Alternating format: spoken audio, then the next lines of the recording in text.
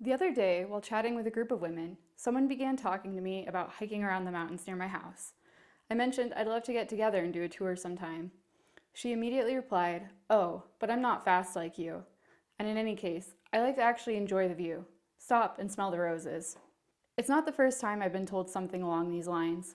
Long before I began running, I heard remarks about how those who hike fast are missing out. They don't really get to enjoy the experience. And I've always found that a bit funny. This idea that those who enjoy moving quickly are missing out on something. In all honesty, I've heard it more than a few times in the context of taking some sort of moral high ground. It makes me think of a quote I came across recently. "Here's the thing about hiking. Everybody does it differently, and nobody is wrong. Here's the other thing about hiking. Everybody wants to tell you you're doing it wrong." In the thru hiking community, there's the oft-used phrase, "hike your own hike." That has a plethora of definitions that come with it, but frequently this is used to reference pace, typically learning to be okay with hiking slower. I'd add, fast or slow, we all hit the trail for different reasons on different days. As someone who spends time hiking, running, and also as a photographer, all while on the trail, I've experienced a variety of speeds. Each pace comes with its own joys. Today, I want to focus on talking about some of the beauty I've come to appreciate more as I've learned to go fast through power hiking and trail running. A small amount of pushback to the idea that speed somehow negates the experience.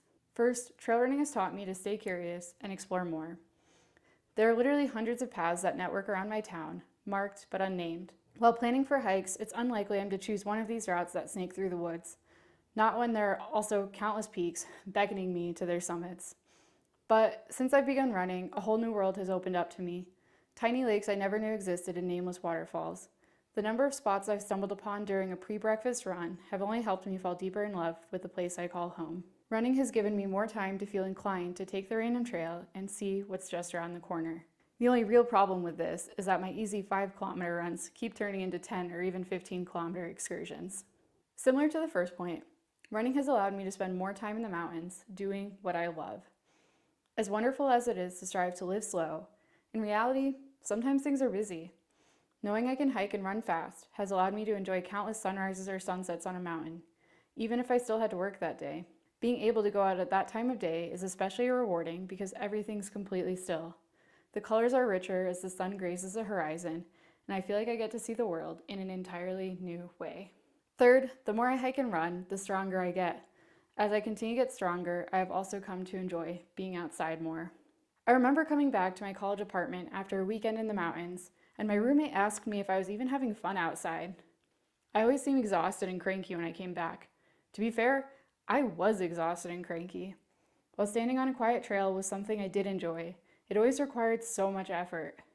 My physical fitness just wasn't there yet. While I still go to the mountains to challenge myself, I also love that now I have more than one type of experience to choose from. It isn't always just one big struggle bus. At the end of the day, let's face it though, the topic's nuanced.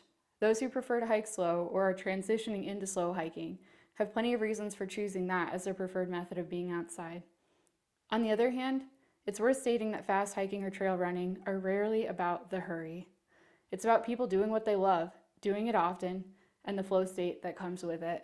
What ultimately is problematic, however, is when we assign a moral weight to pace and how others choose to enjoy being outside. Only you can know deeply and fully why you hit the trail.